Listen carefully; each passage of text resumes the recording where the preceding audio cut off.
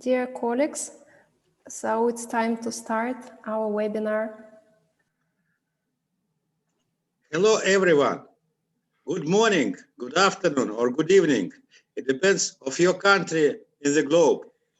I am Alexander Tov, President of Russian Project Management Association, Sovnet, and Chairman of the Organizing Committee of 32nd IPMA World Congress in St. Petersburg. Welcome to our regular Congress seminar webinars, project management methodologies and approaches, new ideas for new times. And let me again to invite you to IPMA, 32nd IPMA World Congress, which will be in St. Petersburg in September 27, 23rd this year, in face-to-face and in online form also. It will be in blended form, actually.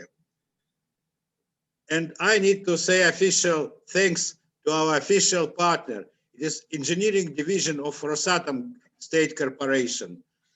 And it is very important for us to remind you about Congress website and about an opportunity to book tickets in time and to come to see, to meet traditional Russian hospitality and very robust Congress program. Today, in this webinar, you will understand it even better. I need to leave you and give a floor to moderator of this webinar, Professor Vladimir Abradovich from Belgrade. Vladimir, floor is yours, and I wish good luck to our presenters and participants. Thank you very much. See you in St. Petersburg in September. Thank you, Alex, for this introduction. We really are looking forward to seeing you in person after almost 2 years in St. Petersburg this September. And I think it would be an important milestone for all of us trying to get back to what we now know as old normal. So to meet each other and reunite as IPMA family like we used to be for a number of these years before. As you all most probably know, this Congress was planned for last September, but due to a global crisis, it was moved for this year, and we actually cannot wait to start with this. In the Congress, we have a stream dedicated to methodologies and approaches in project management, which I consider to be one of the most important streams because it will bring to the audience latest trends in various approaches and methodologies. We will have basically in the Congress all or most of the leading methodologies in the world. We will have of course, people from IPMA. We will have Nicos, who will be presenting about European methodology for project management, PfM². We will have Gilbert talking about implementing sustainability in project management. We will have Joel Carboni talking about green project management. Most probably also someone from PMI presenting their latest trend in new PMBOK. So if you really are interested in and want to know more about PM methodologies, the Congress in St. Petersburg will be right place for you. I'm very glad that we have a large number of participants today here at this pre-event of pre-webinar. It's over 80 people already, plus streaming and recording. So I'm really happy about that. And it shows that we obviously have a great interest for this topic. Furthermore, I'm also very happy because it means that today's keynotes and today's presenters, Nicos and Gilbert or Gilbert, will be leading authors in this, and you recognize that the value and importance of their contribution in the areas which they're dealing with. So the idea is to start with some short intro presentation at the beginning, and following that we will have some discussions. Also, I kindly ask you that during the presentations and afterwards you can put down your questions either in chat or wait later on for the moment to post it when we come to that session. So let me tell a few words about today's speakers. Nicos Kourounakis is coming from PfM² Alliance. The PfM² Alliance is responsible or in charge of developing PfM², which is project management methodology. Project management methodology is official methodology of the European Union. Nicos himself is the co-author of that methodology and all its issues from 2012 till today, but also some Agile and other appendixes to the methodology. He's the president and CEO of the PfM² Alliance, long-term and experienced consultant. Also, in his career did some teaching at the Greek Hellenic University, but also extensive experience as a trainer. So we are really glad to have him here and to hear his presentation on PfM². Then we have Gilbert Silvius. Gilbert is really one of the leading today's authors in the area of sustainable project management in connecting sustainability and project management. He teaches at the several universities, University of Applied Science in Holland, in the Netherlands, also visiting at the University of Johannesburg in South Africa and well-known Turku University in Finland. As I said, he is really a leading authority in the field of sustainability and project management, and we had a chance to listen to him at quite a number of PM events, and it's always quite a pleasure for me to have him as a co-speaker, as a presenter in our events. So I'm really looking forward to new findings and results of research he's working on, and constantly pursuing implementation or integration of sustainability and project management. So, as I said, we will start with presentation. First, I will give a floor to Nicos, and then later on to Gilbert. Guys, please feel free to add something if I missed about you in this intro presentation. And I hope we switch later on to less formal model of discussion. So, Nicos, the floor is yours.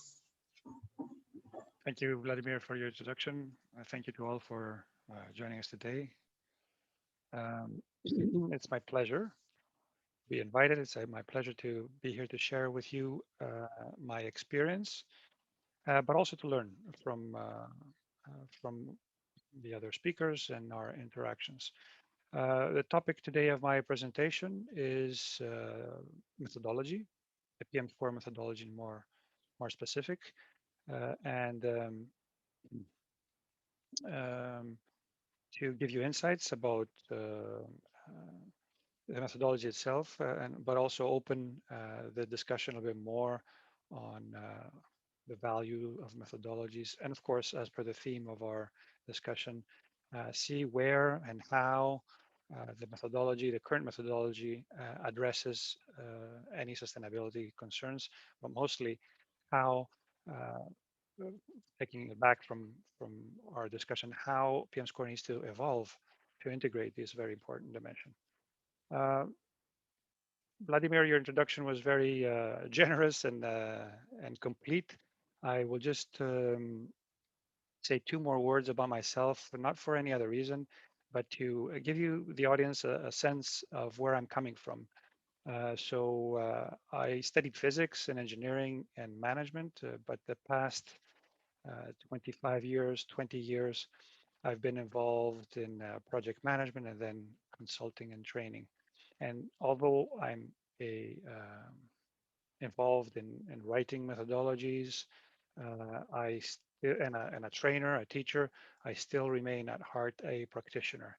And I think this is some of the value that I can bring, as well as many other colleagues, into talking about project management, not from a theoretical point of view, but also from somebody who has to eat their own dog food in implementing the methodology, but also teaching about it.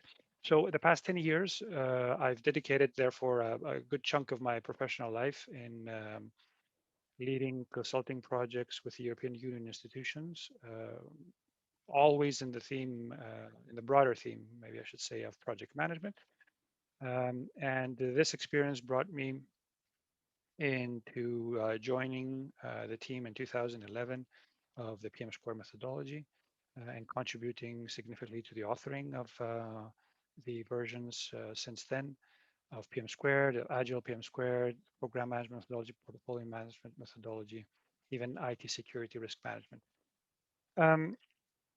My experience, therefore, comes from not only being an author, not only running my own projects by using the methodology, but very importantly, by helping organizations implement the methodology and improve in project management.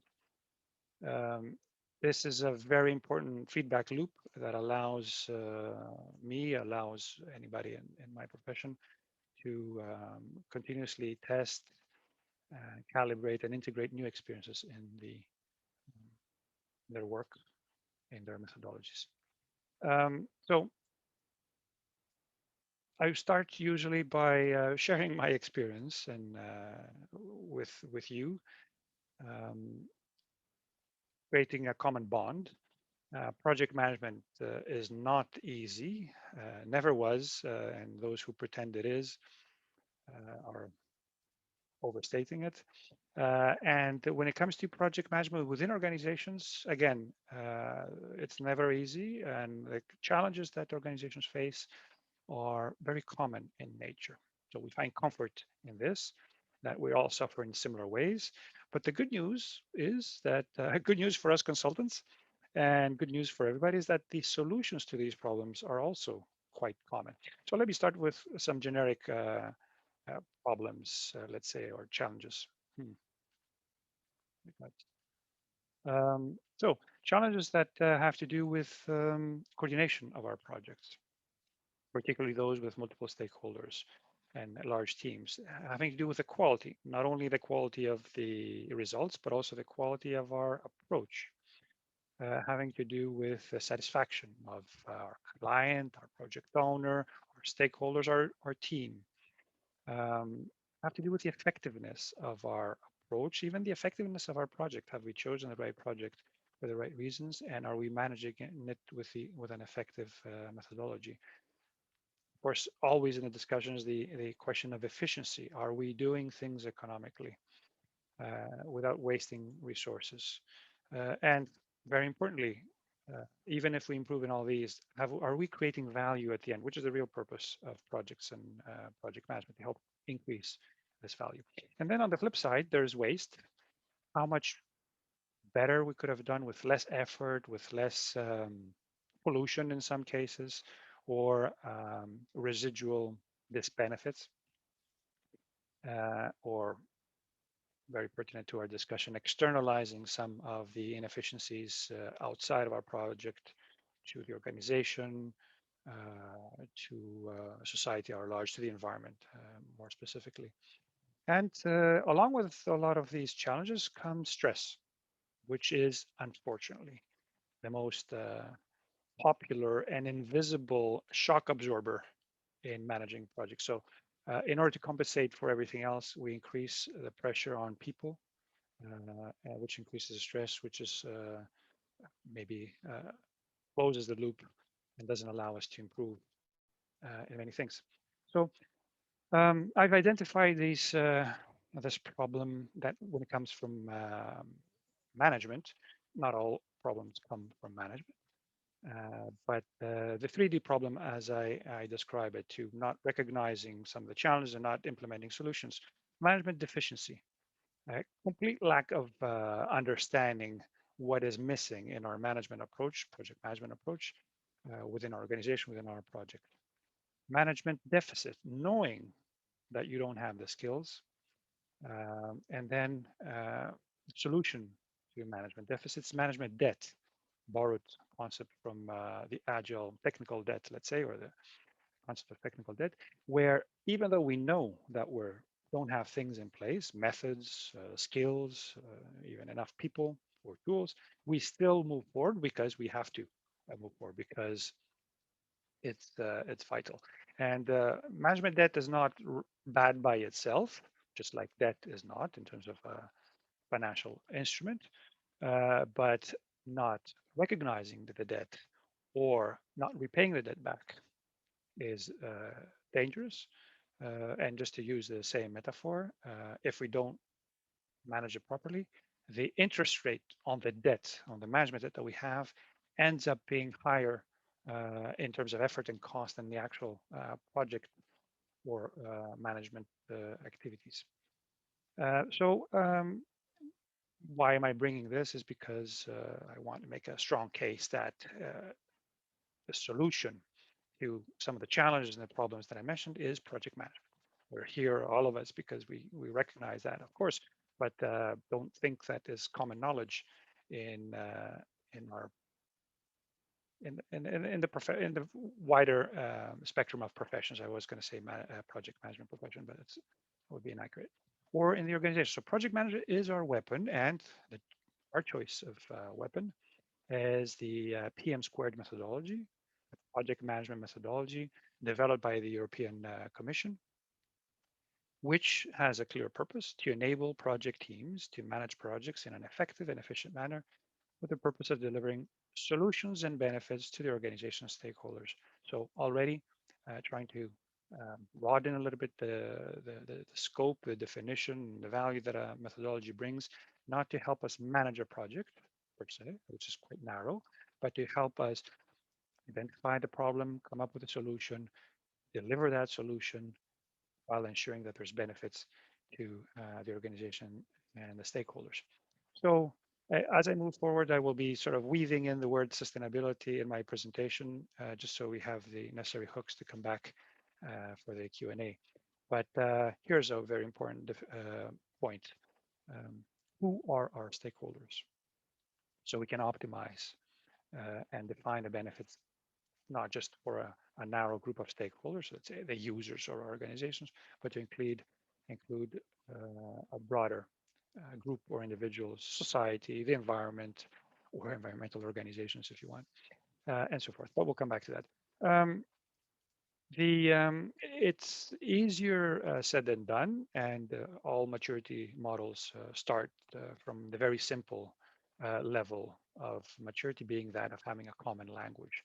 And although project management, scope, and risk, and stakeholders, they're all English words, and you may find them in the English dictionary, they all mean something a little bit different in project management. They all mean something a little bit different to us if we haven't harmonized our understanding.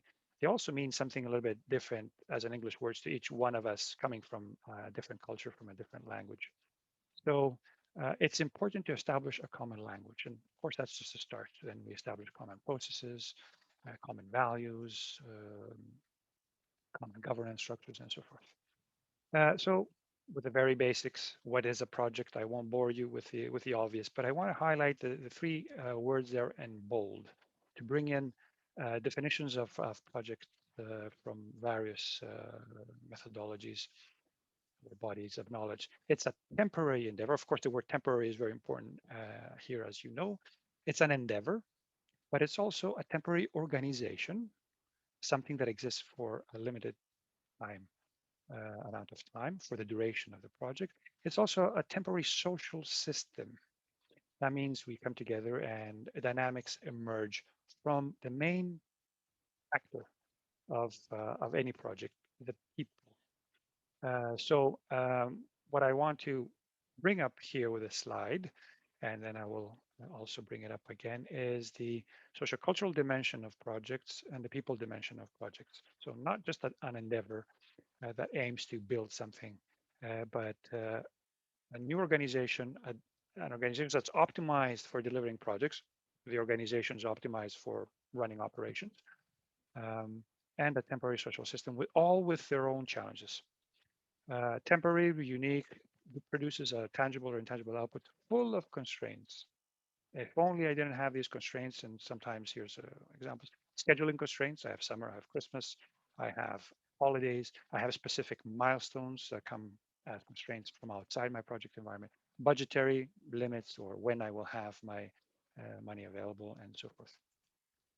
Of course, we know the triple constraint, but here's the point that I want to make, and reposition our understanding of this triangle or these dimensions of project management as objectives and not constraints. These are the 4 objectives of a project. I need to do something. That's a scope objective.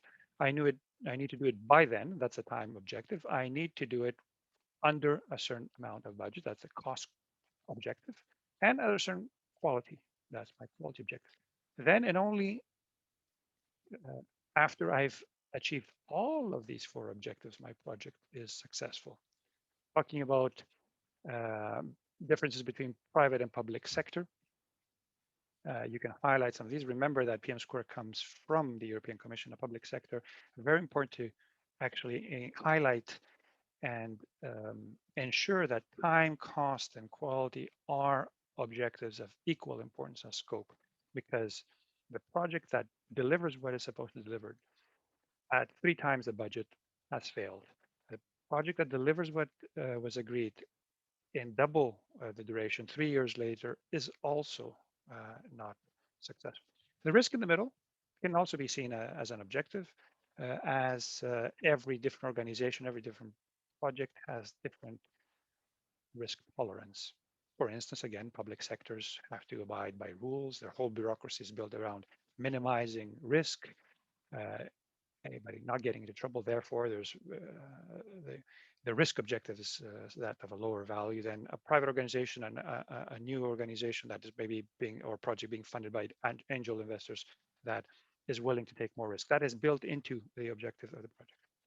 Where do projects come from? We always keep the narrow chain of project outputs in mind. It's okay, because at the end of the day, we need to focus on something, but projects should come, or at least when we have a project, it makes sense to go back and find what problem, need, or opportunity a project is supposed to be. Actually, no, the words are there. What solution and what problem is the project supposed to implement? So first we identify the problem, plus the context of our organization, our capabilities, the time, the priorities. We choose the best solution out of the many solutions that can exist. A solution plus the capabilities that we have, budgetary skills, capacity, ability to manage or implement such solution will define the optimized, let's say, the ideal project. Project plus effort will give us the outputs. The outputs are useless unless we use them. So outputs plus use, proper use. Remember all the information systems that are available to you from your organization where you use only 5% or really don't know what to use and use them efficiently. I don't know, maybe Jira for a non-technical person is that exact output.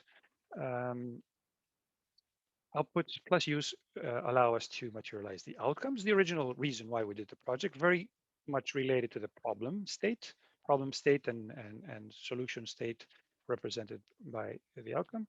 And if we are interested in proving that our project had value, then we need to measure the value of the outcomes. We call that benefits. And then once we subtract the original investment, we can see if our project produced any value, the real reason why we chose this project, this problem, this solution as an investment and not many other options that were probably presented. To put this in a slightly more standardized view, and highlighting the difference between a project focus and a program focus, you see that the project, out of necessity and efficiency, narrows a little bit its views to deal with project outputs, always keeping in mind the necessary or the desired outcomes and where the project comes from.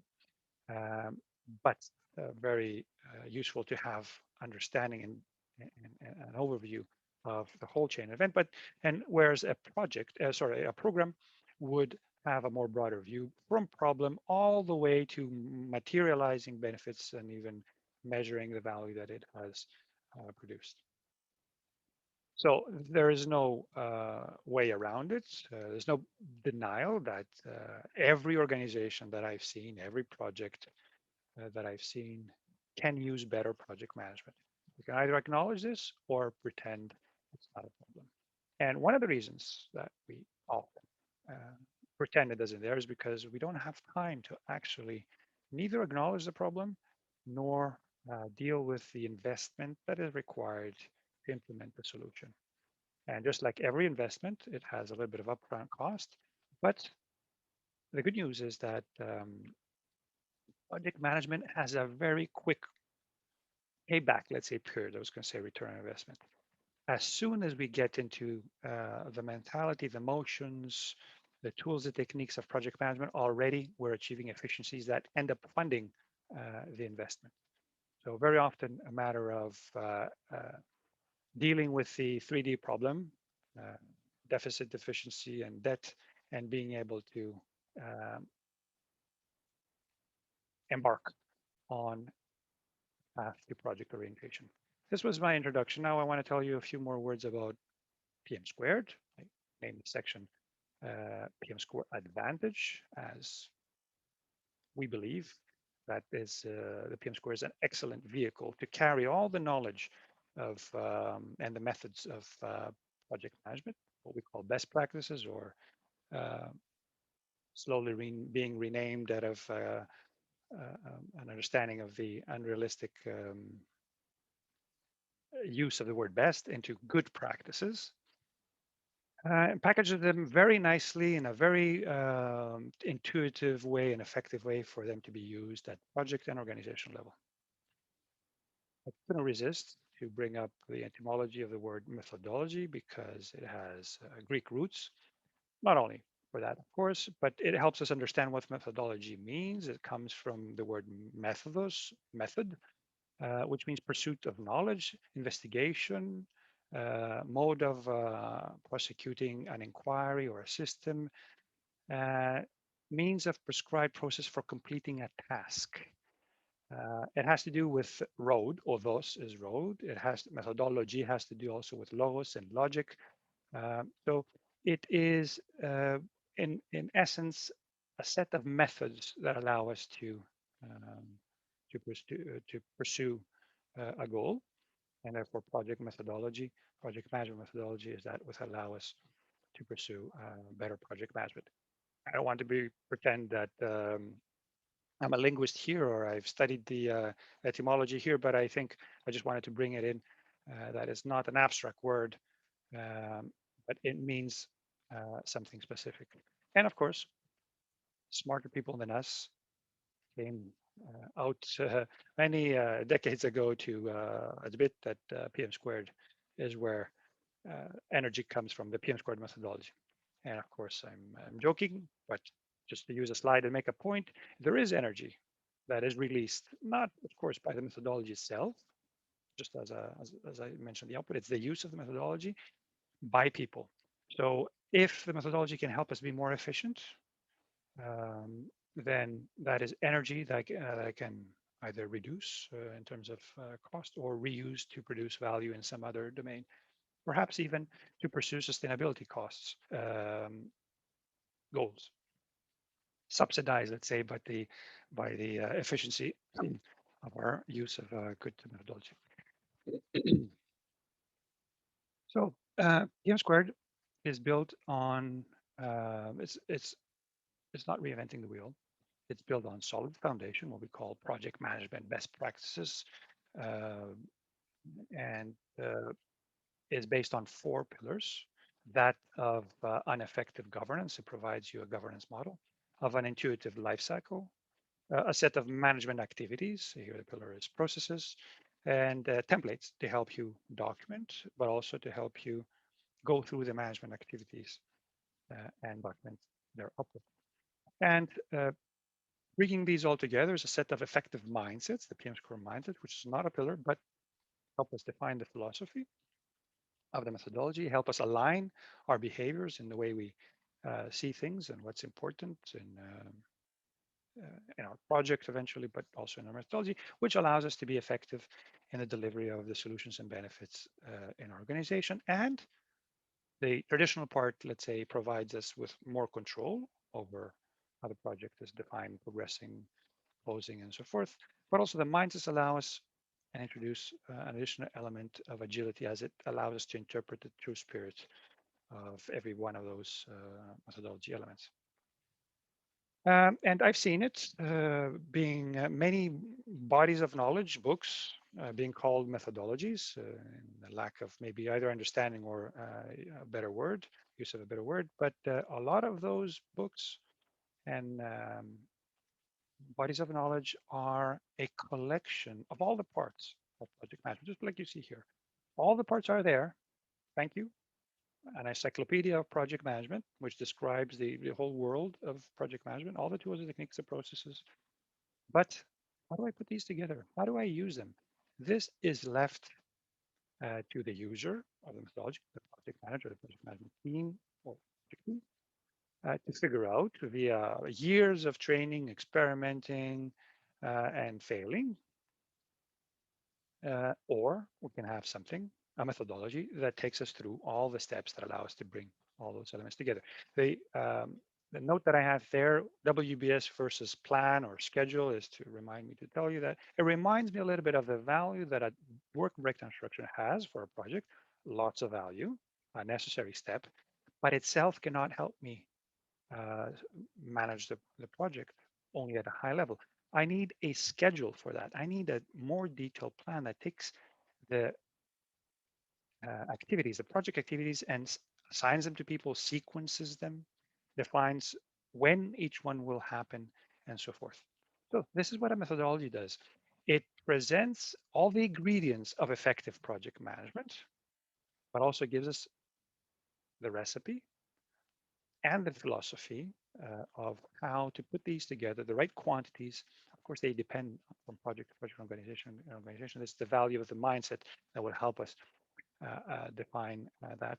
So we can build the, let's say, the project management cake. So here you go to advertise images that you recognize from IKEA. A methodology, the PM² methodology, helps us, provides the steps and the tools. So this is much better than the diagram that I showed you. All the parts are there, but it also shows us the sequence by which we put together the parts of project management. And a good methodology will answer the standard questions. Standard, you'll recognize them, very frequently not asked or not answered. These are, what do I need to do to manage my project?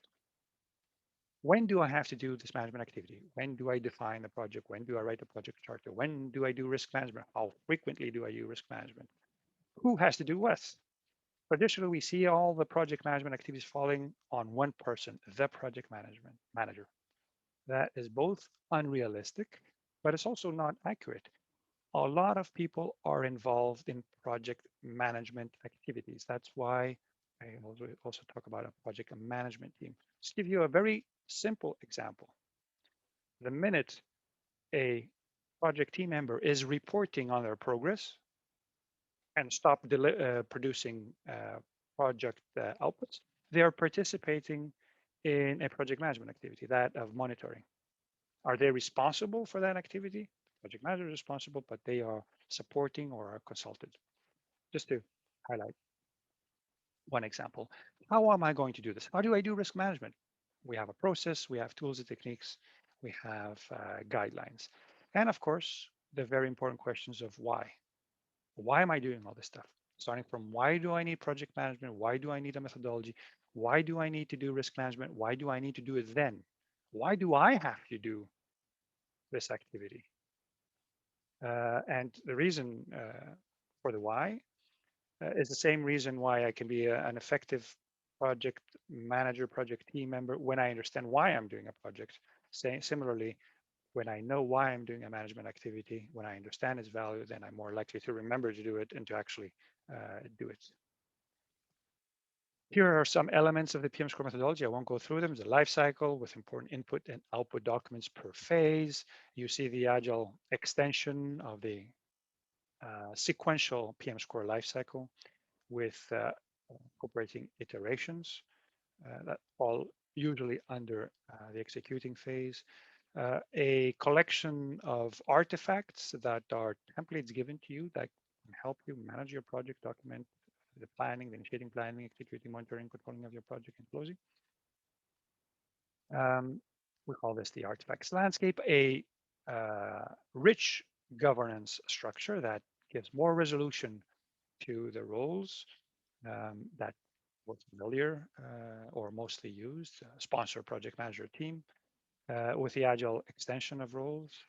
Too small for you to see here, but trust me, this is the responsibility assignment matrix for all the project management activities described by IPM² with a clear assignment of the RASCI responsibility to one of the roles. And I love this because of the animation, of course, but just to mention the specific extension of PM², which is Agile PM² there to allow a project manager working in an organization, in a typically functional or matrix organization. This is really important. I open a small parenthesis. Those organizations are very not friendly to running Scrum projects. They need to go through a structured approval process. That's where the PM² lifecycle is almost necessary. And then this model, of course, the model is more than this, allows you to see how you're going to integrate the lifecycle of iterations, the various iterations of daily, monthly, and more or less frequent releases. The core element to PM², as I mentioned, as not a fifth pillar, but as an integrative pillar, are the mindsets. The mindset also remind us of the social cultural dimension that works hand in hand, like yin and yang, with the technical dimension of the methodology. It is true that most methodologies focus on the technical side. This is one of the reasons why PM² and the IPMA competencies have a natural fit, as the IPMA competencies cover more of the social culture side, or also that side. The mindsets are a very important element. They remind us what's important. First of all, they provide us a common lens, colorful lens of seeing our projects and our projects management in a similar way. And here I'll highlight a couple. Maintain an outcomes orientation for both the project and the project management activities. Collaboration, communication, accountability. Balance things, achieve effectiveness and efficiency through balance. Well, first of all, apply the PM² best practices. There's a level of trust. The methodology knows what it's talking about. It has integrated a lot of common knowledge into and practices and experience into methodology, but at the same time, remain mindful that methodologies are there to serve the needs of the project, of the organization, and we never want to end up managing a project of the management of the methodology. We want to manage our project with the help of the methodology. So remain mindful and apply those elements that are useful. I've lost a little bit track of time. Can you let me know how much more time I have? I can wrap up soon. Yeah, I believe you're here about to wrap up. Okay. So I will bring in an important slide, which I will maybe elaborate during our Q&A if needed. So I will go through the animation quite quickly. Project management is a balancing act. Before you can balance effectively, I take aside on the side the scope stuff and the balancing of the project itself. I'm talking about balancing project management priorities. Before we can balance them effectively, we need to know which are So here are the important pieces of project management. Before you can optimize performance, you need to know what's the pre-context, the post-context of my project. You understand the problem, have the project that implements the solution, define what are the products, the outputs of the problem of the project. Ensure that you value the people and give them the space and the priority they need, and do this whole equation. People are inspired by a purpose. They need a plan and a process to be effective, but at the same time, they need enough attention so they can get the necessary pleasure, satisfaction out of working in a project, because there's going to be pain in the project, stress, and only by balancing these, this pain and stress becomes bearable.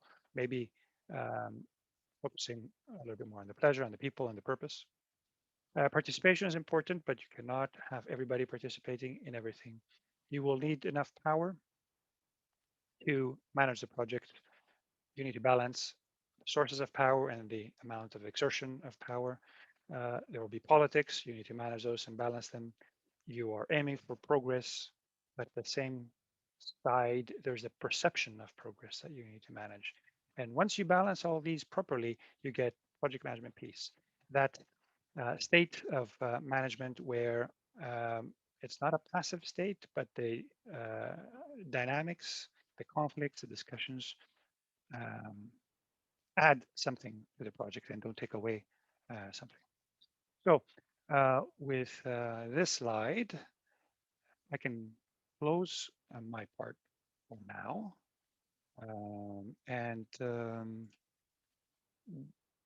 I hope I have an opportunity later through our discussion Q&A to also tell you 2 words about the PfM² Alliance. Back to you, Vladimir. Thank you. Thank you, Nicos. This was really informative, and even though I had a chance and honor to listen to you a couple of times before, it's always something new for me also to hear. And I also see from the comments in the chat that people are interested in this matter, and also in some specific things of your presentations. So we will get back to that later on. Thank you once again, Nicos.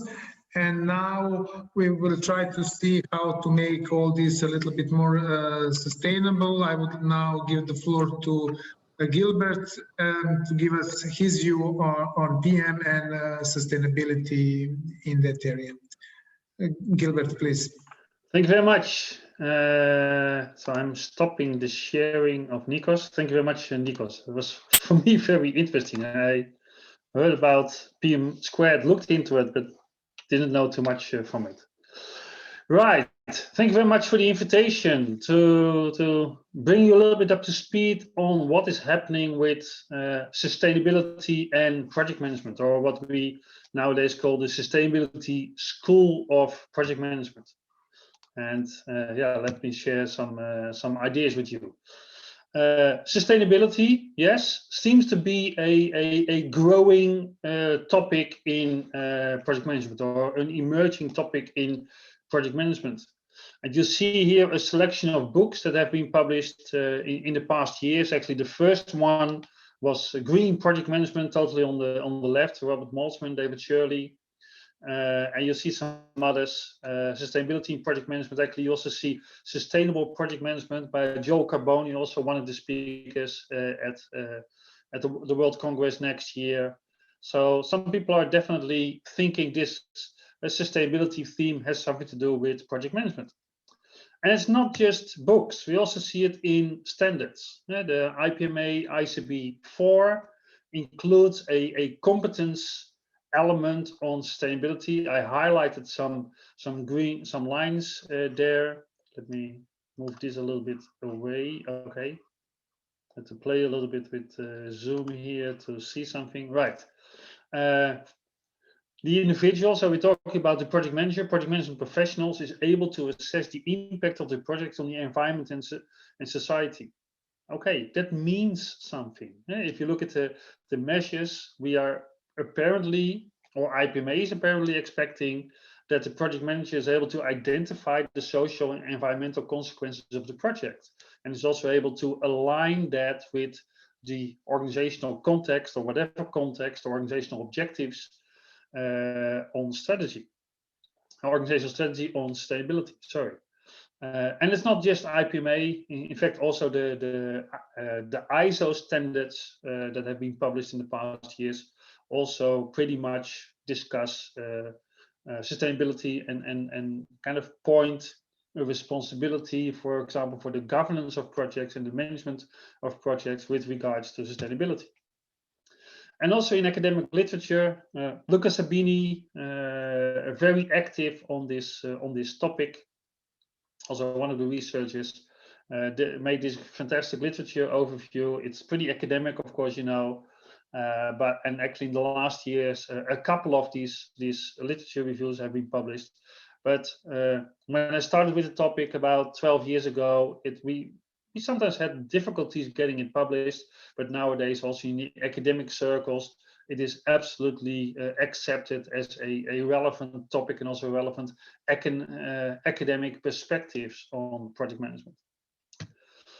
But why is that the case? Why would sustainability be a relevant perspective to consider in projects? Let me inform you a little bit about the backgrounds of that we see in a lot of publications. And one background is that what we call the projectification of society. Quite a number of publications in the past years also showed that the percentage of economic activity in countries that is done in projects is actually quite substantial. This study, Yvonne Schoper and some others, published a couple of years ago, showed that in Western European economies, about a third of economic activity was done in projects. And that number was actually growing. It was expected to grow till about 40% in more or less this decade. And what is perhaps interesting to note, this is not just the big infrastructure projects. Now, actually 70% of that 1/3 of economic activity was in internal organizational projects. So projects, you could say, that realize or are aligned with business strategies of organizations. But if projects are such a big part of society, a big part of what's happening in society, that also means that probably as project management professionals and project managers, we can't close our eyes for the big challenges of society. And sustainability by now might be a topic that is a little bit hollow in some aspects because it's used everywhere. But if we go to very specific issues that we're facing, and of course that was the last year, it was the pandemic, but there is a bigger issue I think we're facing in society, which is climate change. This report by Peter Morris, issued by the British APM, Association for Project Management, also a couple of years ago, Peter Morris asked himself, climate change, so these big societal issues, what are we doing about it and what should we be doing about it? And I think that is a very relevant question to ask yourself. If you're such a big part of society and projects are, and thereby project managers are, we should ask ourselves, what is our impact on society and what are we doing about the big issues that society is facing? Now, I think one perspective that Nicos also showed already is that of change. And Nicos talked about outputs and outputs of projects plus use gives outcomes, and outcomes plus measurability gives, or measurement gives benefits. And that in the end would give value. I think that is all based on what we call the change perspective or the organization perspective on projects. And what you see here in this book, 2008, Erling Andersen, Norwegian professor, kind of recognized a growing or an emerging new perspective on projects. Project management and project basically emerged from what we call the task perspective. I renamed it here also the construction perspective. We are doing projects to make something. And that meant that project management was pretty much output oriented. But we've seen in the past, I would say probably 15 years, that project management in itself has become more outcome oriented. Although in practice, we see the two perspectives kind of living next to each other. We still see industries that are very much output oriented, and we see industries and projects that are more outcome, benefit, change oriented. And of course, if we think about big challenges in society and what project management or what projects can do about it, we need to have that change perspective. Otherwise, it wouldn't work. But we see that change perspective looking at projects as instruments of change, to change something in organizations, but also in society and through organization, also in society. I think that perspective is winning in many project management standards. For example, even PMI, who had traditionally also the task perspective, seems to be moving more to this change or organization perspective. Now, if you look a little bit further on that, it also means that if we look at projects as instruments of change, we probably also need to look at our output and what outcomes that project, that output is realizing. Now, that is what we consider the concept of the interacting life cycles.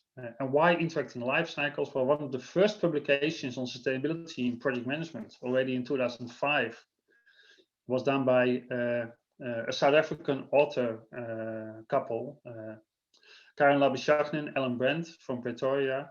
And Karen Labuschagne kind of developed the concept of the interacting life cycles. And I've put it together in a figure here. And what you see in this figure, let me see if I can get a pointer there. Yeah. What you see in the figure is that, of course, we are looking at the project life cycle. Projects are always defined over a certain life cycle because they're temporary.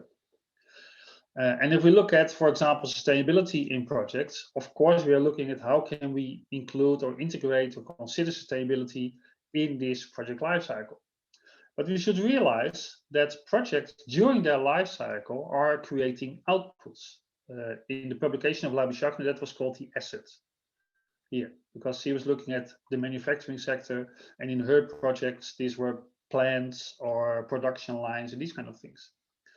Now, the asset also has a life cycle. It shows, it looks shorter here, but of course, the life cycle of the deliverable that we're making in a project is most of the time much longer than the life cycle of the project.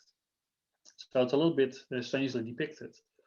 And of course, that operations phase in which the asset, the output of the project is in operations and producing products and services and whatever, doing something is hopefully quite long. Now, if we want to consider the sustainability of our project, that probably means we can't ignore the sustainability also of the deliverable that we're making, of the output of the project. So considering sustainability in projects also means considering the life cycle of that asset. And she took it even one level further. She said, well, that asset, that production line is in its operations phase, is producing products, for example. Those products have a life cycle. You see that here. And she said, well, that is also a life cycle that we should consider. So if we apply the life cycle perspective, which is very characteristic for sustainability thinking, it probably opens up a far larger horizon to consider in our projects than our typical project life cycle. I think the last backgrounds of this emergence of sustainability thinking in project management is also a concept that we know from sustainability and CSR concepts, namely stakeholder orientation. And I think we have also seen in project management, also Nicos mentioned that the orientation on stakeholders has definitely evolved. And I've just listed a couple of definitions here. And we used to look at stakeholders, perhaps even as just as the project organization or as the ones that have had a vested interest in the project. And then we made it a little bit larger and we said, no, it's also those people that are affected by the project. And I think one of the latest definition there by ISO It's persons, groups, or organizations that have an interest in, can be affected or are affected, or perceive themselves to be affected by any aspect of the project. So that basically opens up quite a wide set of stakeholders. If you think affected, but also perceives to be affected, that probably also relates to further uses and etc. that we have in our project.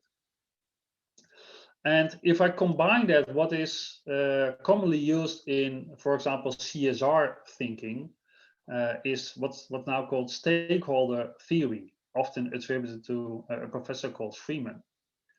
And Freeman basically says a company, he talks about companies, a company can only be successful if it satisfies, if it brings value to a wider set of stakeholders, not only the shareholders. So Freeman reacts to the shareholder value thinking that was very popular in the US and in American business schools. Now, if you apply that to projects, you could say shareholder value thinking in projects is satisfying the project owner or the client. Stakeholder orientation and stakeholder theory in projects is bringing value to a wider group of stakeholders, including the client, of course, but also including suppliers, including contractors, including the workers, including the project organization, including users, etc. Now that has led to, I would say, a little bit of a revolution in stakeholder or stakeholder management in projects, where we move away from the word stakeholder management and we tend to start preferring the word stakeholder engagement. And we also trying to characterize that a little bit differently and said, well, we're not talking about the management of stakeholders, but we're talking about the management of the project for stakeholders. So realizing that we should bring value to a wider group of stakeholders and not only the project owner or the client. Now, those four concepts kind of, I think, are drivers behind this sustainability thinking, sustainability school in project management. And I use this sheet a lot to kind of summarize the need why we should integrate sustainability thinking in project management. Sustainability needs change in society, but change in society is also realized by change in organizations, in their products, their resources, their processes. And a lot of those changes, not all, but a lot of those changes are organized in projects. And based on that, let's say, notion, we started asking ourselves, wouldn't then have sustainability or the concept of sustainability have an impact on how we plan, organize, manage, govern, execute projects? And I think that has become what we now consider sustainable project management, which is not just about delivering a green project and making a sustainable deliverable. No, it is about the sustainable management of all projects. So it's also the process with which we deliver or which we create our output in the project. And I can give you a definition for that. You might scare away a little bit from that because it's a long one-liner, but it is the most used definition we have today of sustainable project management. And let me break it down a little bit for you. And basically, it is just project management while considering sustainability. And we've broken it down here. Sustainable project management is the planning, monitoring, and controlling of project delivery and support processes. That is just our definition of project management. But then we see with consideration of, and we see there are four concepts of sustainability. So having that people, planet, profit, the triple bottom line, as it's called, perspective of a social, environmental, and economic, balancing those three perspectives. Having a life cycle perspective, well, we just talked about the integrated life cycle, managing of and for stakeholders, so the stakeholder orientation, and doing that with transparency and accountability. Now, based on those four concepts of sustainability, we then started thinking, well, how does that now influence really project management? And just to make sense of that, I would like to build up a small model with you in the rest of my presentation here. What we've seen in the publications and the books that have been developed is that quite a number of those publications were oriented at creating, you could say, criteria or indicators for sustainable project management. And most of these sets of indicators are based on the triple bottom line, so balancing environmental, economic, and social interest. However, we've also noticed that those criteria and indicators are kind of good to measure the content of a project. You could also say the output of the project. But applying those to the process of doing the project is not always so easy. No, actually, some authors said, well, if you want to apply certain things to the process, you better work with principles. And principles are a little bit different as indicators. Indicators kind of measure your performance after you've done something, and principles give you guidance before you start doing something. And for example, the stakeholder orientation is there, and limiting risks and limiting waste. Those are kind of principles that we have seen within sustainable project management. And we've seen a couple of publications that try to implement or try to relate those principles and indicators to the processes and methods, here we are, of project management. And if you look at how the different processes are kind of covered in those publications, there's quite some imbalance there to see. There's actually quite some on what sustainability would mean for the engagement of stakeholders, but some of the other topics are actually hardly touched upon in literature. And one of the things also that Nicos mentioned, the human factor, you could say, we see actually on the team management, we see quite almost nothing on the publications that relate sustainability and the social responsibility there of project management to those topics. Success partly covered, but success is hard to measure in general. Scheduling also hardly covered. We have difficulties finding that out. So I think there's still actually some more work to be done to integrate that in the methods we use in these different topics. If you look at the process, and this is a picture that shows a little bit like one of the pictures Nicos showed us, but it's not. I didn't use PfM² for that. And that's for the reason that if you look at the processes or the methodologies, the standards of project management, I mean, IPMA talks about sustainability, but doesn't really tell us how to do it.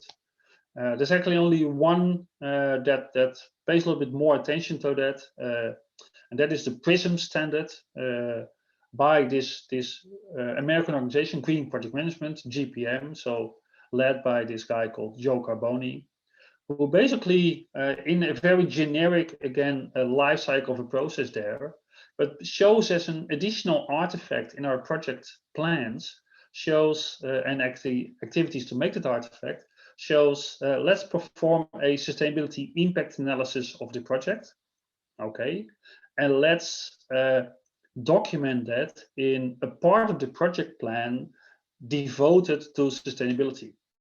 He calls it here a draft, a sustainability management plan. And that's, as far as I know, the only methodology that very explicitly addresses sustainability as in the steps, in the activities of project management, and in the artifacts of project management. Now, what we would require, it would require that we also have instruments, because I can write all sorts of studies on indicators and principles and methods, but if I don't give the project manager instruments, I'm not influencing their behavior. And it's my opinion that sustainable project management in the end is about behavior of the project manager, probably also behavior of the project owner and of the project team members. Now, on these instruments, some work has been done. I'll show you just one thing that is actually very practical that can be used, and a maturity model for sustainable project management on the level of a project that we developed about 5 years ago. And there are about 2 other instruments also. Joe Carboni made something.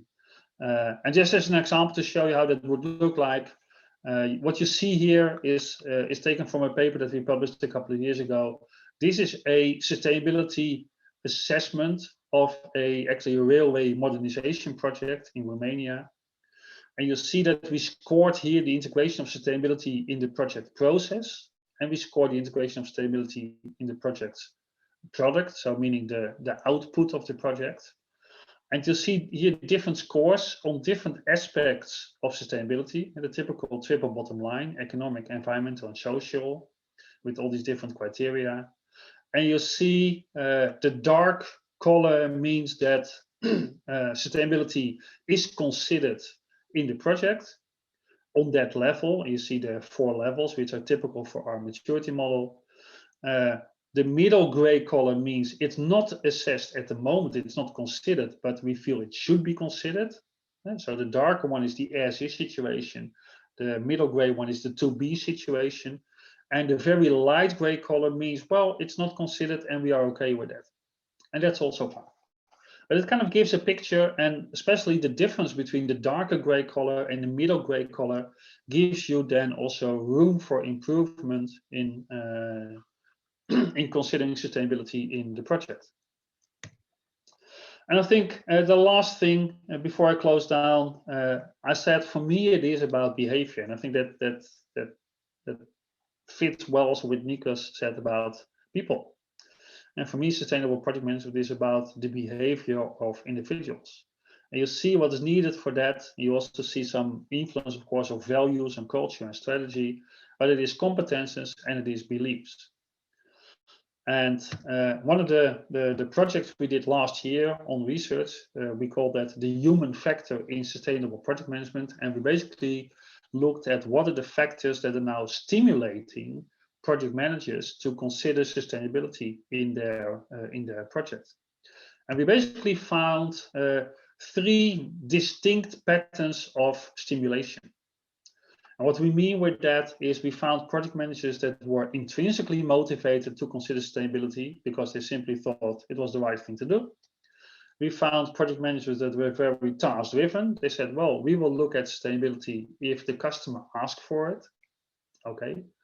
And we found project managers that had a more pragmatic approach. And a pragmatic approach meant we are not very intrinsically motivated for sustainability, but if we see an opportunity and we know how to do it, we have the knowledge, we have the instruments, and we feel it helps success, yeah, sure, then we'll do it. Now, based upon those 3 patterns, we've done a couple of follow-up studies, quantitative studies, and I think in the meantime, we have probably now studied about 700 project managers, and almost, I would say 70% of that group turned out to be intrinsically motivated, or mostly intrinsically motivated. So there is apparently a clear drive amongst project managers to consider sustainability. But of course, it's also the balancing act that Nicos pointed out. We're also balancing all those different interests. So we are now doing follow-up studies on what's the role of the project owner in that, the client in that. What does it take for the client or the project owner to also explicitly talk about sustainability? I think one of the final thing to say there is we found that pattern, the stimulus pattern, was actually irrespective of age, gender, type of project, industry, etc. No, it appears that considering sustainability is pretty much a personal trait. Or personal trait. So it's not that much determined by the industry or the context. It's more, if I want to consider sustainability, I will do that. Okay, well, that was a short warm-up, I would say, for what we're going to do in September on some latest insights in the Sustainability School of Project Management. Thank you very much. Thank you, Gilbert, for this presentation. It really gave us some additional insights, even though we were to some extent in the topic, and it also connects very well various approaches and to some extent development of the discipline. I remember myself with my colleague presenting first paper that involved sustainability in project management. It was World Congress in Australia, I don't know, maybe 10 years ago or so. So I basically had to explain to people around what is it about. So, you know, what are you talking about and what is it all? And now it's sort of a buzzword, and we can see a bunch of conferences and events taking into account sustainability per se. So we are looking forward to further improvements. Okay, so let me give you my view on this. In IPMA Serbia, where I'm the president, we are but we are a national association for project management. So we want to be like a hub for not only IPMA, but all other methodologies that we can put forward. So, for instance, we also in IPMA Serbia are cooperating with the PM² Alliance, Green Project Management, and other methodologies. And sometimes people ask me, okay, so why would we use one or another methodology? So my first question would be for Nicos. What are the benefits of using PM² for an organization? Why would organization go and start using PM²? Okay. How much time do we have for each question? I don't know, say 5 to 10 minutes. 20 to 30 minutes. Good. Yeah. So I will start by answering the obvious question, which, believe me, it's still a question in many organizations, not in our circles, because we're here because we value project management. Why do we need project management is an equally valid question. And then after that, why would we ever need a methodology is a valid question. So I'm trying to answer the question, why PM², essentially. PM² is a methodology, is a very lean, effective, well described, because it's important as well, well-packaged methodology that has very interesting origins, as it's not a commercial product. It was the result of developing an internal methodology for the European Commission that then we saw by integrating own experiences, by using the methodology in a varied context, IT and communication project, policy projects, and so forth in various institutions. That was then externalized and made available as open source to the world. So its purpose is very clear: not to sell, not to convince, but something that was used for over a decade effectively within institutions to be shared as something of value. The characteristics of the methodology, here, why don't I share the slide that I have in front of me. The characteristics of the methodology is that it's a concise, I mentioned the word leans, a concise methodology, complete, at the right level of abstraction, because that's very important. If you go too detailed, if you're too specific, you narrow down the domains of applications and the organizations that can use it. So it's at the right level of abstraction to be able to be used in a variety of projects. It speaks to the user. So here's a lesson from the Agile community, but which we used in the development and the promotion of PM², that we are speaking to the user. Who's the user of a methodology? A project manager, not an experienced project manager necessarily, not a project management professional, but somebody who has been thrown, as usually we start our careers in project management, as the person called the project manager in a team to deliver a project. So we needed to create guidelines that speak to the user in a non-intimidating way, in a non-sophisticated way, if you want, in a European way that speaks not with specific expressions or phrases, but speaks to the psyche of European, to the context of also most organizations. Maybe I'll make an extra point here. A lot of the methodologies that we see out there are built with a projectized, the ideal situation in mind, a projectized organization, an organization that is built around the management of projects. So you have a project manager, let's say, that is very powerful. They do human resources management. They provide leadership. They do hiring and firing, even assign bonuses. And this is and that this project has all the resources it needs to run independently. This is unrealistic, and this is not the common truth in most organizations, which are either functional organizations or, at the best, matrix organizations, which have many, many challenges. So PfM² tries to address this type of organization and market. And it does that very successfully. Okay, thank you. I would have a couple of more questions, but let's leave it maybe for later if they do not come from the audience. The second thing, we also could have a debate here whether to have methodology or not. But if we decide to have a methodology, why on earth should we integrate sustainability into it? For instance, now here we have big projects, companies coming to Serbia, investing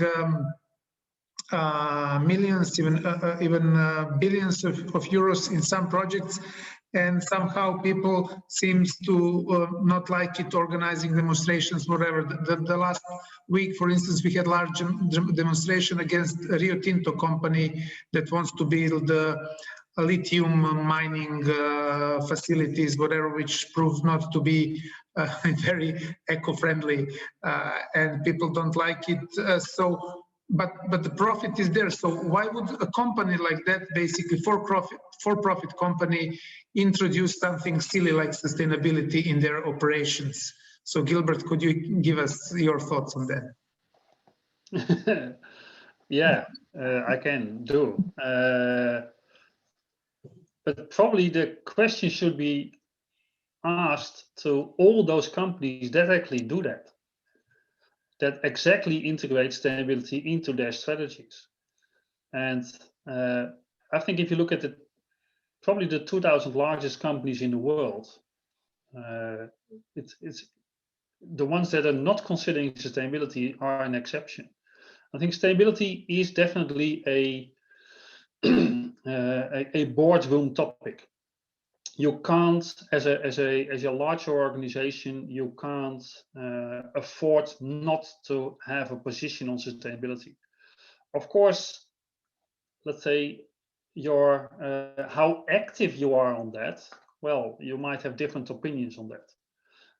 But I think we are the notion, the understanding that companies have a role to play there and that they need to do something on that is definitely there. And partly it's just the boardrooms. There's just people also in the boardrooms that realize that. Partly you might say, well, if they have the opportunity not to do it, they might not do it. And it might sometimes be true.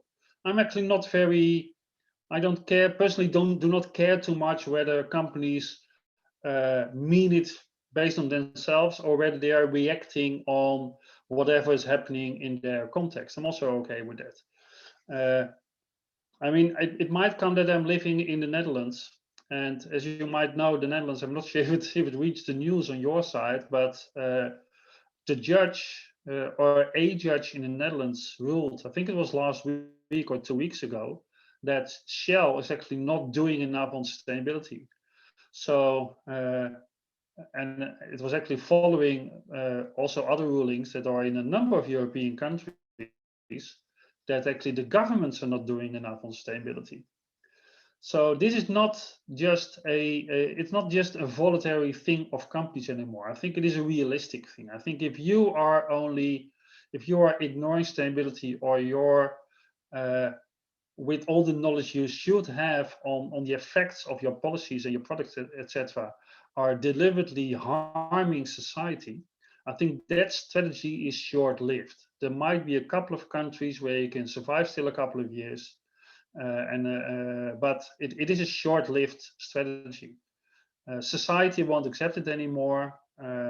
Politics won't accept it anymore. Your customers won't accept it anymore. So it is a very short-term oriented strategy. And I think the biggest driver is actually at your investors. And that might be surprising, but one of the biggest drivers behind sustainability of companies is actually shareholders.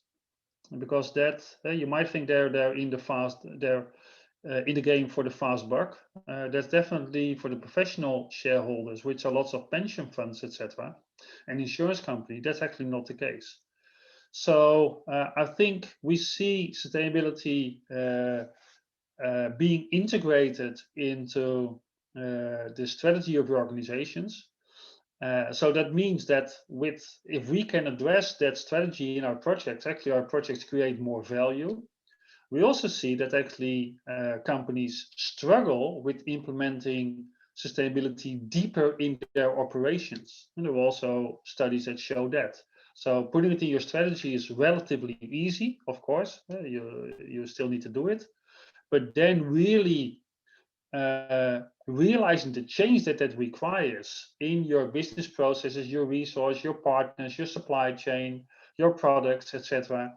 Those are big organizational changes, and projects are key in that. And we see that organizations actually struggle to really put that through and really put, you could say, the money where their mouth is. But yeah, I think we have a role to play there. So it would be silly not to consider the strategy of the organization. And I see that the organizations are moving. Okay, thank you. I fully agree that it is not, but basically that's also in your presentation that we should start from a wider audience of stakeholders. So different interests regarding different stakeholders, and we have to try somehow to make it work all together. Thank you. Nicos, to what extent is sustainability integrated in PfM²? And how it could be further improved? Because as I assume, a lot of public funded projects will be run using this approach. So is it sustainable enough? It's an interesting and not an easy question. So I believe that, of course, agree that sustainability is a very important goal, and methodologies have a role to play in highlighting this goal and helping organizations and projects get on board. But at the core of the success of including sustainability in our projects lies, or the difficulty lies, the current not only project paradigm, social paradigm that looks at short term, that looks at a cost benefit analysis within a very narrow context, if you want, also maybe stakeholders. And it is very effective in externalizing costs. Externalizing it to, as I mentioned, one of them is stress.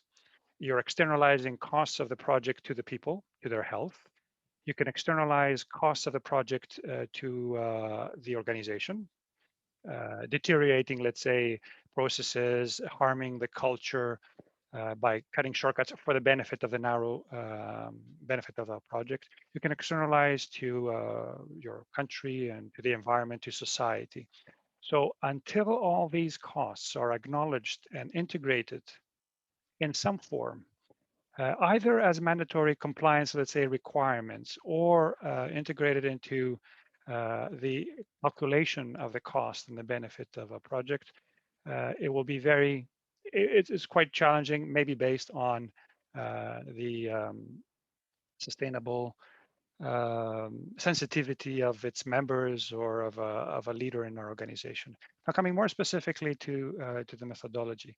A methodology like PfM² is effective when it provides not only the steps, the road to managing the project, but also provides the hooks here and there that allow you to connect your own best practices, your own, let's say, sensitivities and style into managing the project. So the outcomes orientation of PM² is one such hook that allows you to connect sustainable outcomes into your method and your results. Now, when it comes to specific, though, integrating sustainable scope, augmenting basically your project scope with sustainable goals, that becomes extremely difficult. And in most cases, unless there's compliance requirements and regulations, ends up being more of a greenwashing rather than an actual integration and focus on sustainability. Now, to close my slightly longer answer, a methodology can be more responsible in terms of integrating sustainability goals. There's many places where I see this happening. I can start with the mindsets, having a clear reference to sustainable goal as an orientation, starting with the objectives of everything in project management, the phase objectives, the processes, the objective of every process, having in their hooks or references to sustainable goals. Hey, even let's say a risk breakdown structure, a list of pre-selected or a list of risks that can be a starting point for a project, to include risks related to this externalizing of the cost to society, the environment, and the economy. And maybe, but some of these become more project specific rather than project management specific. So the last point is something that is core to PM². It's the business implementation plan, which is more oftenly a plan or a process that we find in programs rather than in projects, but PM² highlights it to stress the importance of going beyond the production of outputs and achieving outcomes and benefits. And there, I think, there could be a very important reference, again, as inspiration, unless it becomes mandatory compliance requirements at the level of society, governments, or the organization, then it becomes guidelines and reminders for somebody to include some sustainability goals. Thank you, Nicos. So now let's go in different shoes. Gilbert, from your point of view, like sort of advocate of sustainability in projects and projectified society, what would be your informed opinion? Should we, because here we have Nicos in front of the PM², we have a lot of people in front of IPMA, some of them I see Vitatas here, and other people directly working on, for instance, developing IPMA standards for project management, etc. So should we work more into integrating sustainability in our existing approaches, standards, and methodologies, or should we go separate way and develop something that we would call, sustainability additional manual for project that we add to it, or we try to integrate it in already existing approaches? If I was clear enough. Good question. Let me react also on one thing that Nicos said. I absolutely agree that, well, first of all, I agree that an organization should or would be very smart to create their own standard for project management. I think every organization needs to look at the world of project management and say, well, this is now our procedure, our standard of how we manage projects. I think that's very smart. Unfortunately, many general managers are not aware of that. Okay, that's another issue. That's an issue we all face. And I think if I was, let's say, the process owner of an organization, for example, I just mentioned Shell, but also think about Unilever. Unilever is very proactive on sustainability, has a very clear strategy on sustainability, but Shell will now also opt its effort and have more clearer goals and faster goals. those goals need to be translated into projects and programs, etc. That's simply the operationalization of the strategy. And probably also in the process of how to do projects, at least you should operationalize the attention to these sustainability goals and sustainability considerations, or whatever we call them, or limitations in project management. So I think that if I'm doing a project within Shell in the future, and I'm doing a project within Unilever at the moment, it would be strange if in a project plan and in a project progress report, I'm not reporting on certain sustainability aspects of that project. Because if with my project I'm actually not helping the goals but hurting the goals, that means that another project needs to repair that. So we see in those organizations that deeper implementation, that it means in all sorts of management information, all sorts of considerations, management considerations, the sustainability strategy is also implemented. And that's great. Now, is that management? I think, yes, that also refers to the management of the project, so not just the content of the project. It's also that attention needs to be secured in the management of the project. So if I was the PMO in Shell or Unilever, and I assume they have more PMOs, and I would be responsible for the handbook of how to do projects, I would integrate that attention in my handbook. And then the question is, how do you do that? Is that just an integrated part of everything, or is it a separate part? And I think that has to do with the maturity of the topic.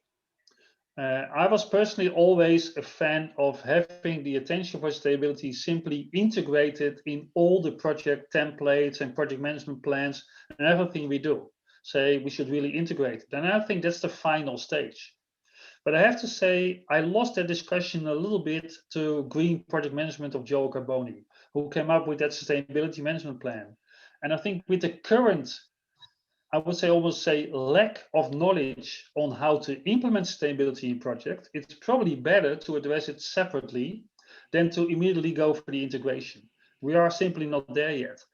And there the standards do have a role to play.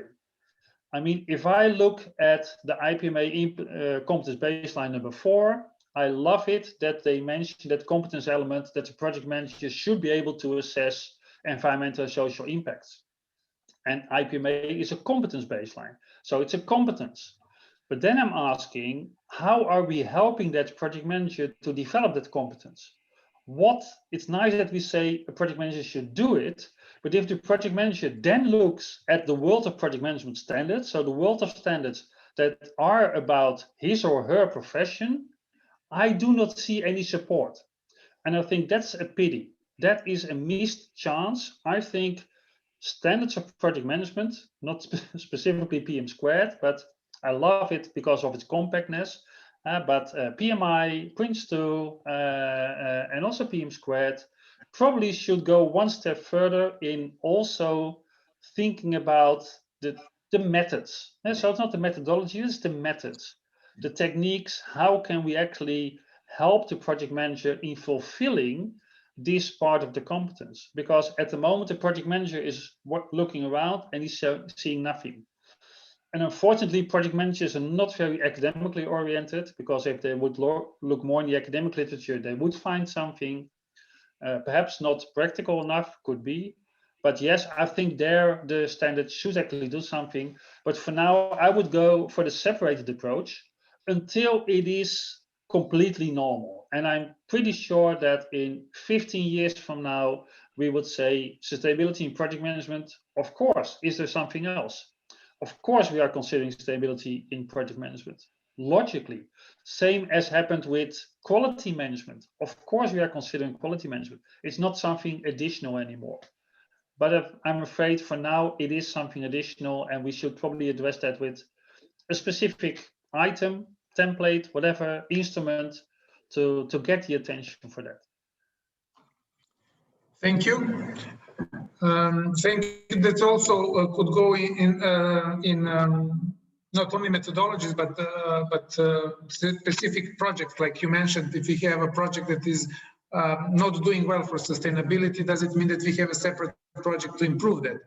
That is always my questions. For instance, with, I don't know, soda drinks company or tobacco companies that are, doing, I don't know, a kids playground or a basketball court in a park, trying to say, look out for healthy life and, everything, while on the other hand, they're producing something quite on the contrary. So similar things goes here with methodologies. Okay, so Nicos, in PfM² Alliance and PfM² family, you also have a set of trainings, but also certifications.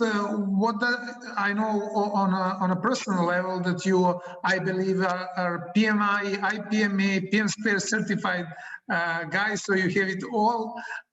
What are the benefits for people, for project managers and project team members of applying, of using PfM²?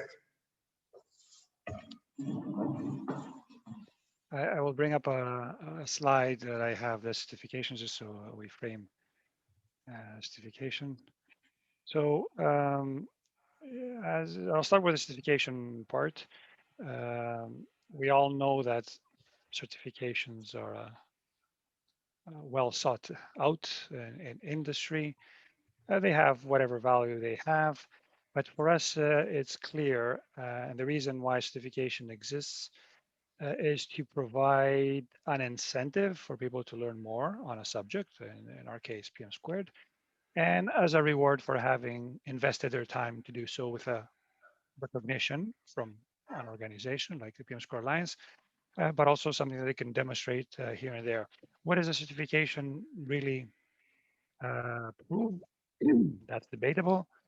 If it's a competency based on certification, or a certification that gives you the right to call yourself a project management professional. In our case, our certification proves that you have studied and learned the methodology. So it's a PfM² methodology certification. Now, I mentioned that methodology is a vehicle. So while you're learning a methodology, you are learning project management as well. So this is the value of certification. It's a way for us to create noise and awareness that the methodology is there. And once you, and I've seen this with surveys, once you learn more about the methodology, and even more so, once you're certified, your appreciation for the value of the methodology is higher, which is a very important reason for somebody to adopt and go through the first mindset, which says, I trust the methodology and I'm willing to use it. So when you take methodologies, though, because I talked about the individual, because these certifications are individual certifications, but when you take the methodology at the organizational level, then there's much more value there, because you asked me about the value of the methodology and why would somebody use it, because there it's very important to have a level of predictability, of standardization across projects, which hopefully, and we know that quality and processes increase the chances of quality and results. So in order to avoid major disasters or major quality disasters, it's good to standardize to some level your, in our case, project management process. So the value of a methodology for an organization is indispensable. It is extremely high. Without a baseline of how we do things, you cannot, first of all, in terms of maturity, you can't know how well you're doing, and there's definitely no path for improvement. So this is one of the most important values of a methodology within an organization. Okay, thank you. I see you have here several levels, basic, agile, essential, trainer, expert. So Gilbert, should we expect in the future that we have, say, project management sustainable professional certified or something like that? Do you think that in the future we should have more, like in project management, we have various various roles. You have project planner, project control officer, project risk officer.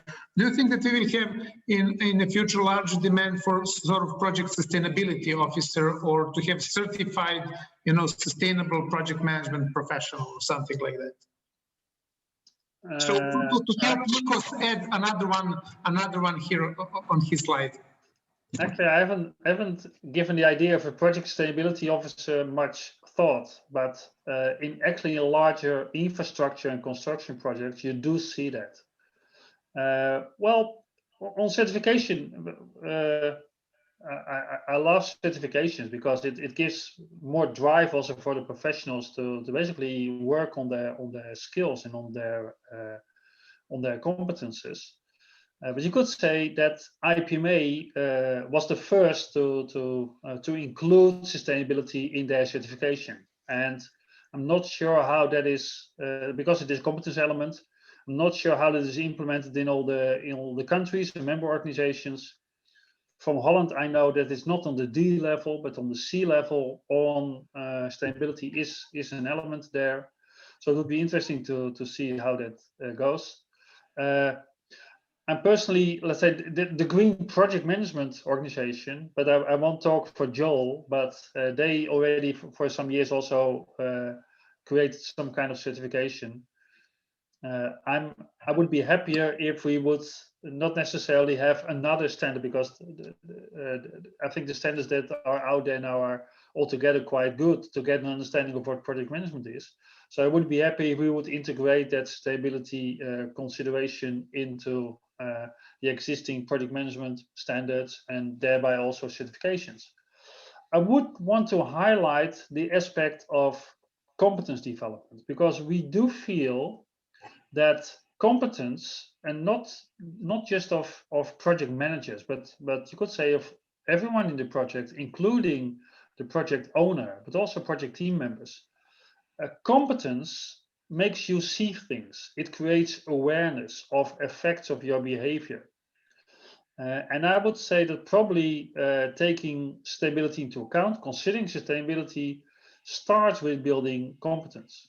And it is one of the things that we are actually at the moment also working on. It's also one of the, you could say, the competences, because if you really look at sustainability competence, it's actually quite a wide thing. There's quite a wide framework for that. But it is one of the transversal competences that we consider very important for also future employability of professionals.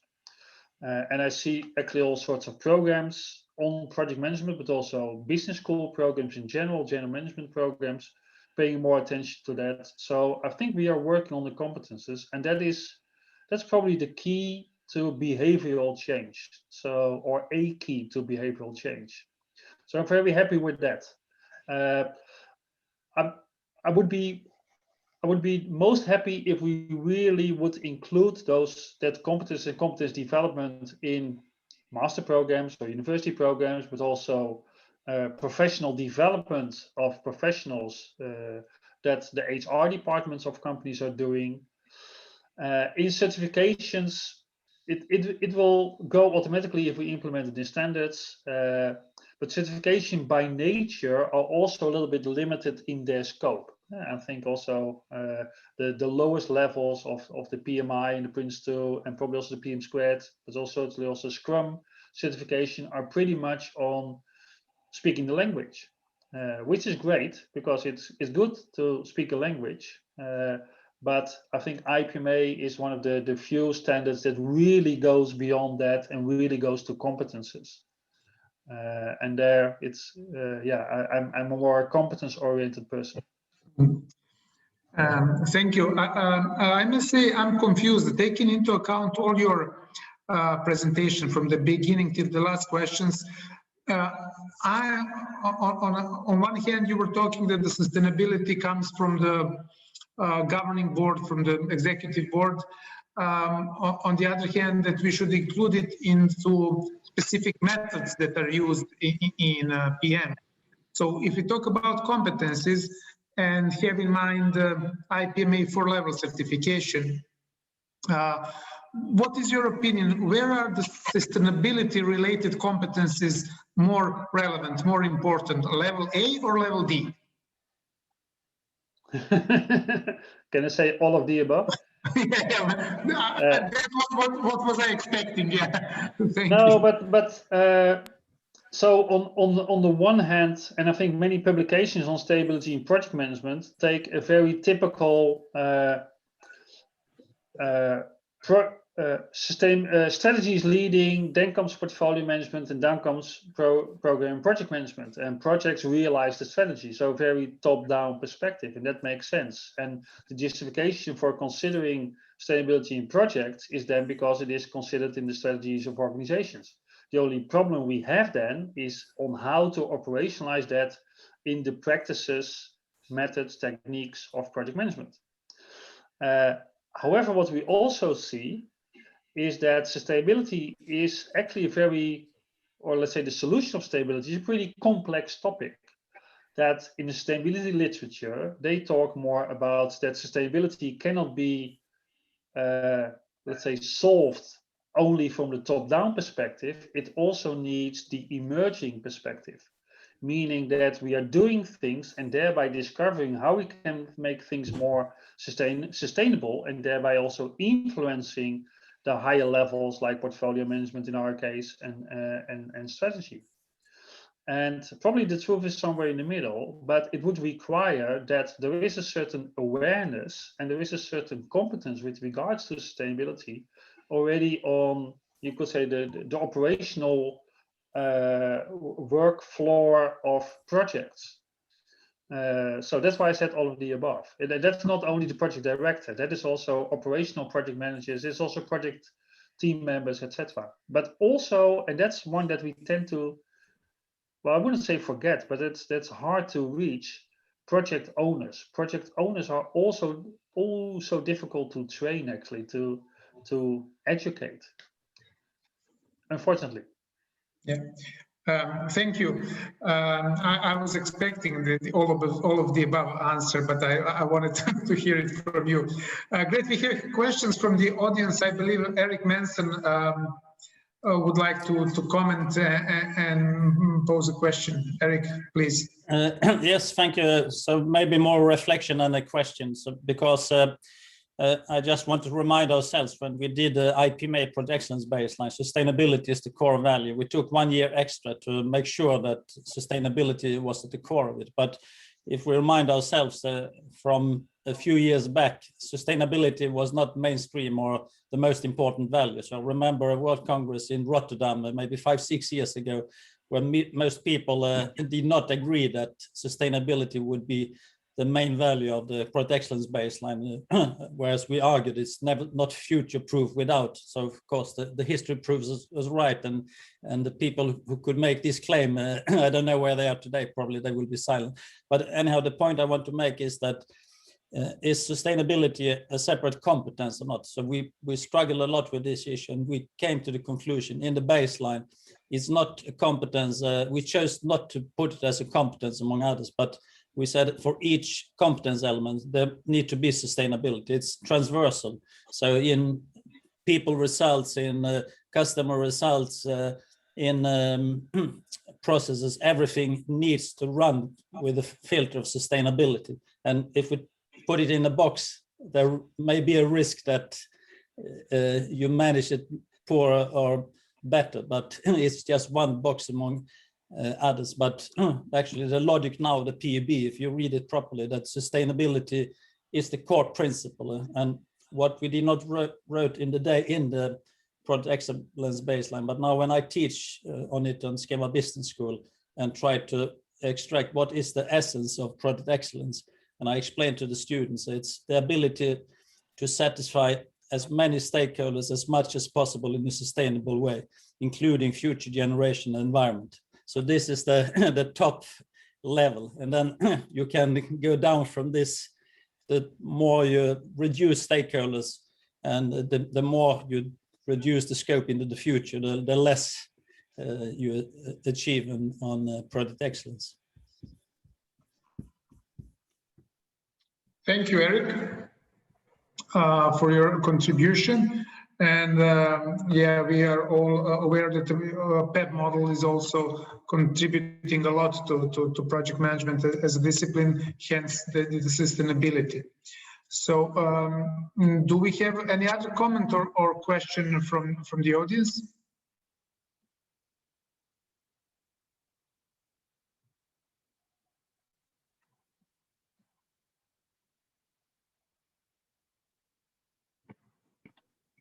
Just appreciation of how informative the event was, and the information was prepared really very useful and adapted practically from whatever point of view you are taking it in.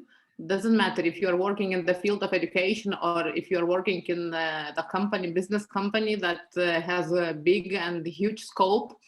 So this point of view, actually, sustainable project management is a kind of new wave and innovative approach that would be taken into the consideration in all the companies and all kinds of institutions. So just appreciation of pointing that out and waiting for next level of certification in that.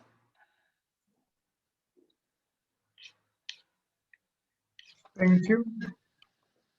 Thank you. Any other comments or questions or suggestions?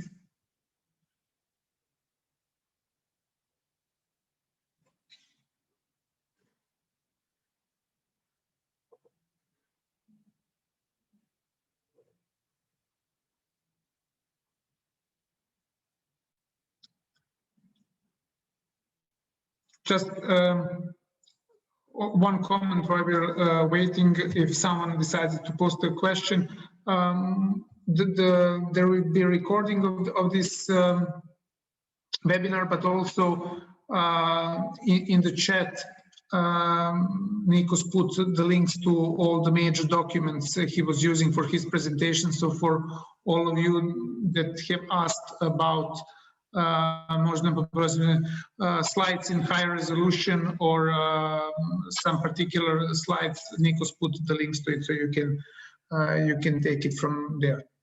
Not all of them from the current presentation, but I'd be happy to do it.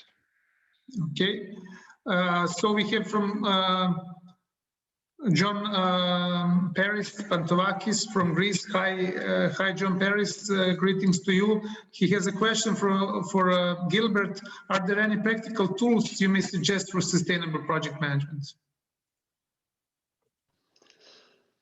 Yes, there are. But it is like I said, the coverage of that in books and in literature is in a way limited. I actually published a paper. I can share a link to it on instruments for sustainability impact analysis on the project level. Kind of compared what is out there and then discuss 3 instruments more in detail. One is the model I showed. And the other one is something that is published by Green Project Management. You mentioned that Joe Carboni will also present in September.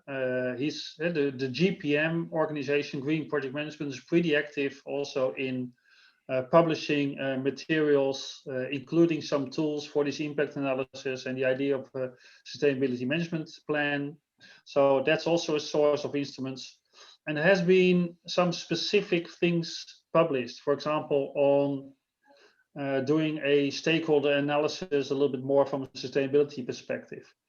But for the rest, that instrumental part is not developed enough, I would say. There's still need for some development there. But if you, for example, the paper on sustainability, you can also send me an email and I can send you the paper. Okay, I will. Thank you. Thank you, Gilbert. Okay, thank you, John Paris, for the question and Gilbert for the answer. Do we have any other comments, insights, suggestions?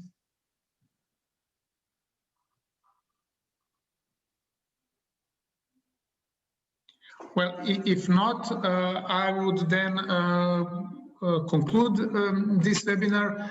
I think it was really informative and interesting for all the participants. I'm really looking forward to having this conversation taken to another level at the Congress in St. Petersburg in September, where besides Gilbert and Nicos, we will have also Joel, Oksana, Sergey, Mladen, and a few other authors that would try to bring this methodology stream to a new level.